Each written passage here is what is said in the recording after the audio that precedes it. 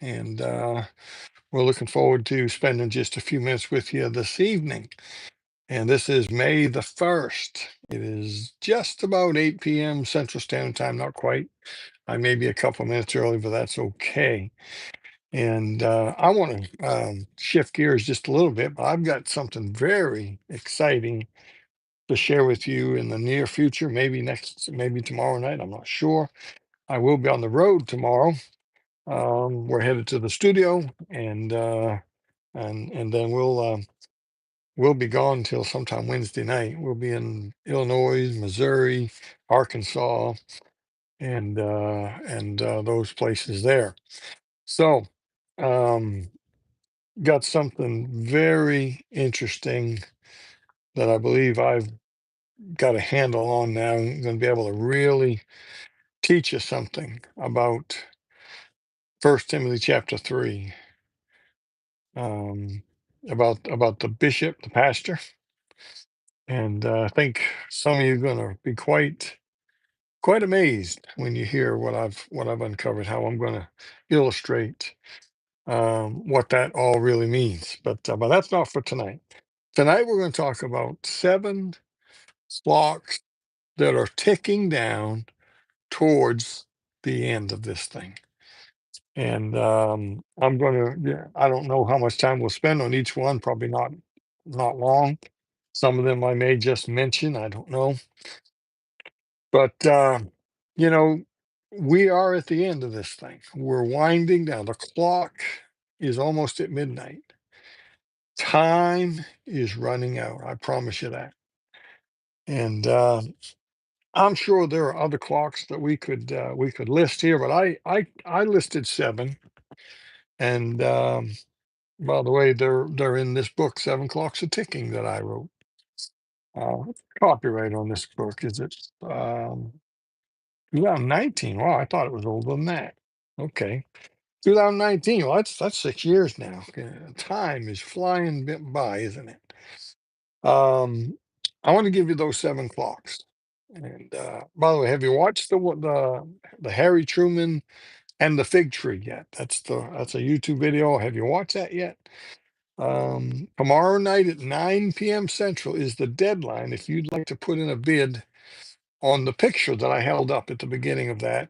And Doc and I are going to include a nice photo on that, and we're going to sign it, and somebody's going to get that. All right. So you only got another day, another 25 hours from right now to get your bid in by calling or texting or emailing, whatever, and making your offer of what you'd be willing to give to support the ministry. All the money is going to go towards television and the Process Spotlight Ministry. Okay. And we need to hear from some more of you. Okay. What are the 7 clocks? Number one, there's what I call the ticking 6,000 year clock.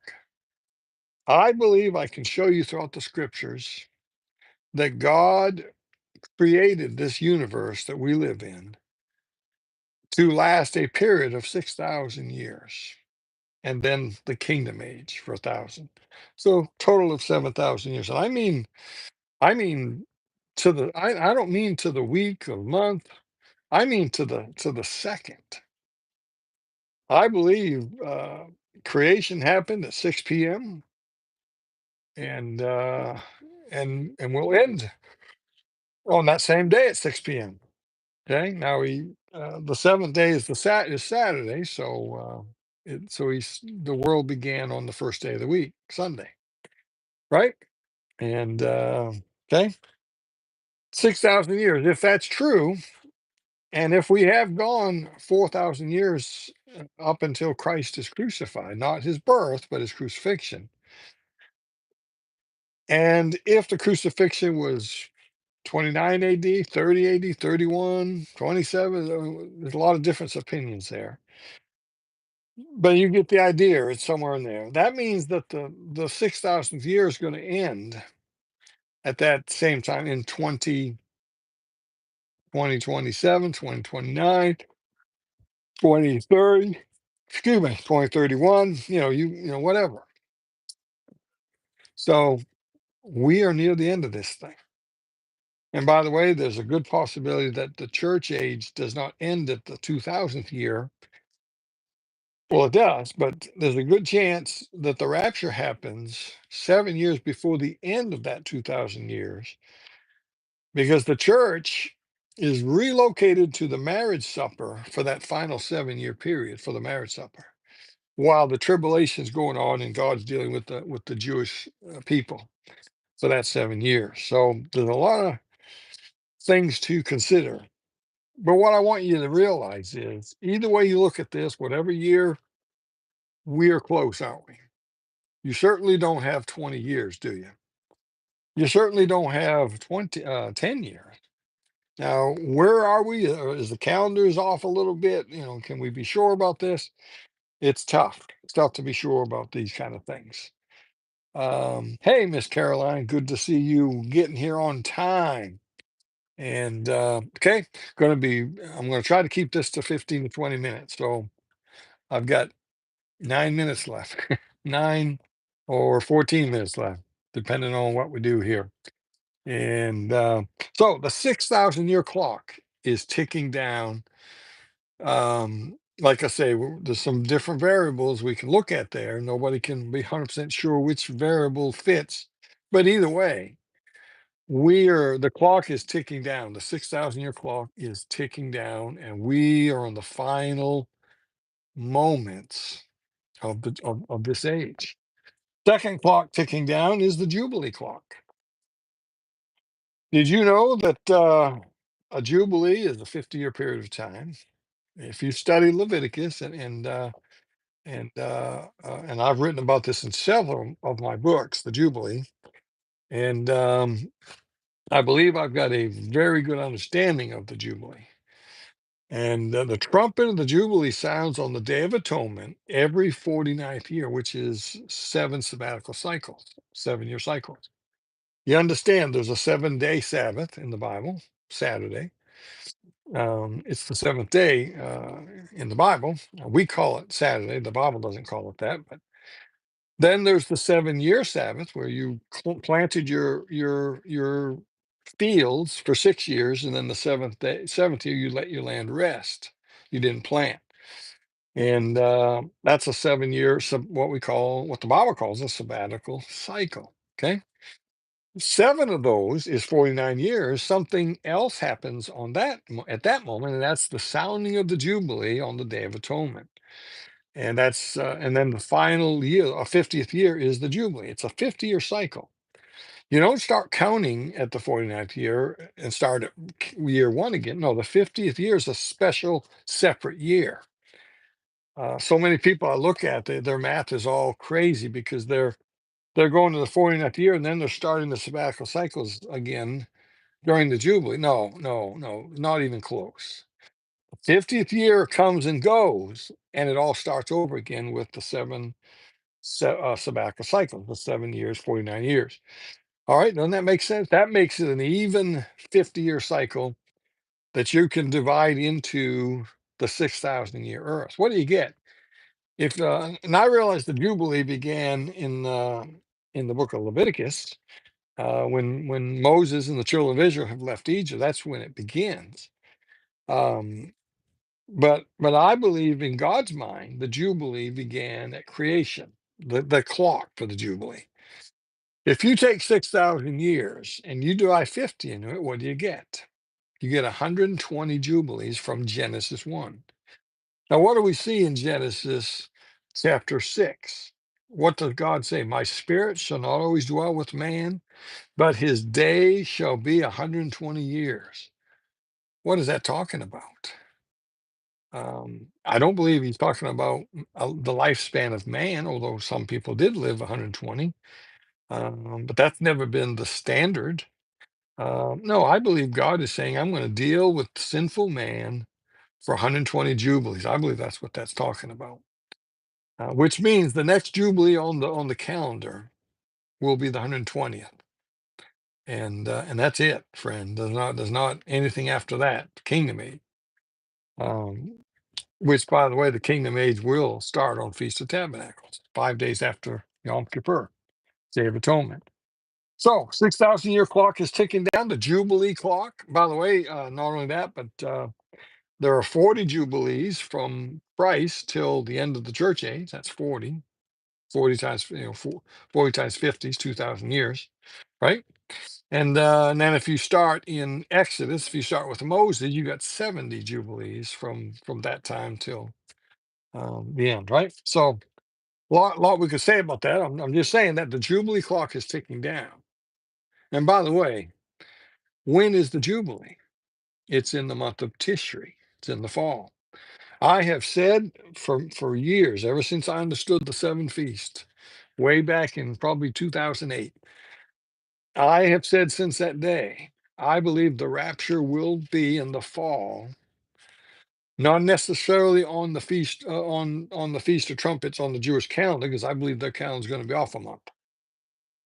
But I believe in a fall month, on the new moon of the sky, the rapture will happen one of these years. Does that mean he can't come tonight? I'm not saying that. I don't think you can be dogmatic about these things. But that's what my understanding gives me. It sure makes look, the first four feasts were all fulfilled right to the day. Why wouldn't the final three feasts be fulfilled right to the They will be, in my opinion. So there's a third clock that's ticking, and it's the church ticking clock. I just want to remind you of the seven churches in Revelation chapter 2 and Revelation chapter 3.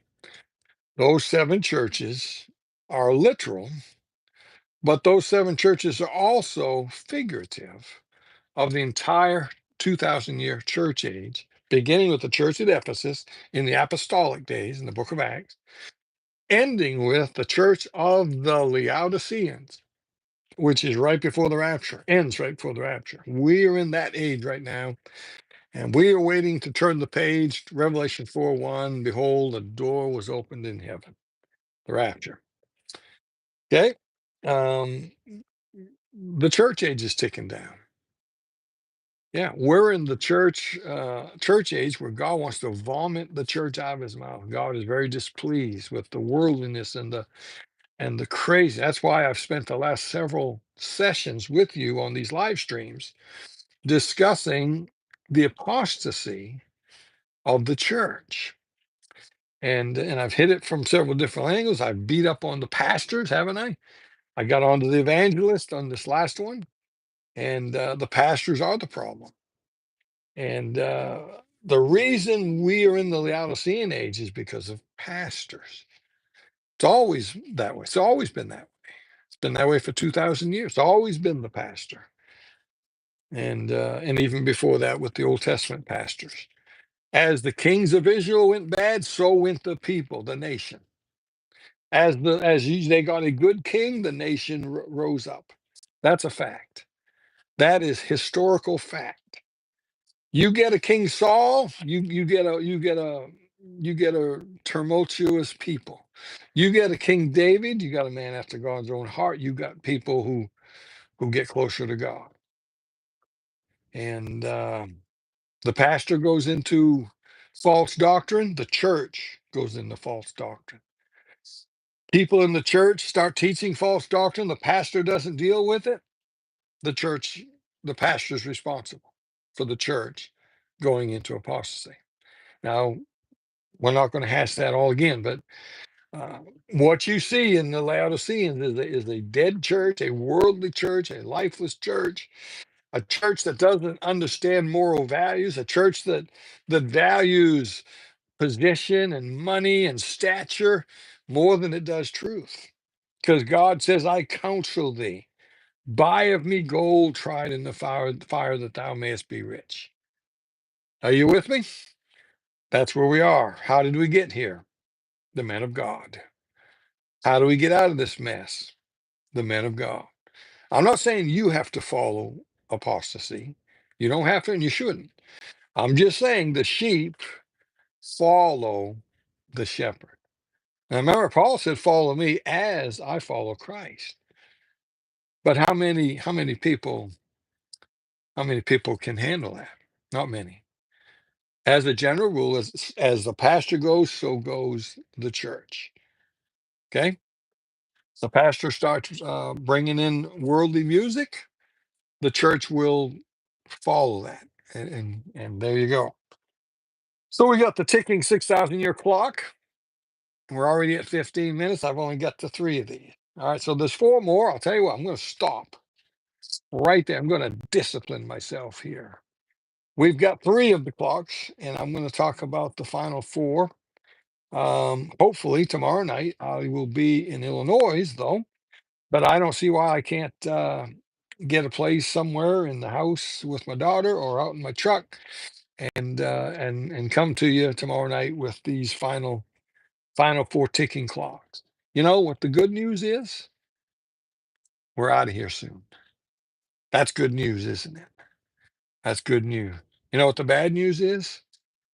Time is running out to get your life right with God. Some of you need to be saved. Some of you are saved, but you're worldly, you're not living for God. Time is running out for your spouse to be saved, your children, your grandchildren, your parents, your brothers, your sisters, your co-workers. Time is running out. That's the bad news. But listen, he's coming. When's he coming? He's coming at the day appointed. That's when he's coming. It's already been appointed. When God founded the world, I believe it was appointed. This whole clock was put in motion. And all these clocks are all converging at the midnight hour. And that midnight hour is soon. And I don't mean literally the midnight hour. You know what I mean. Um, it's all happening. We're getting very close to the end of this thing. And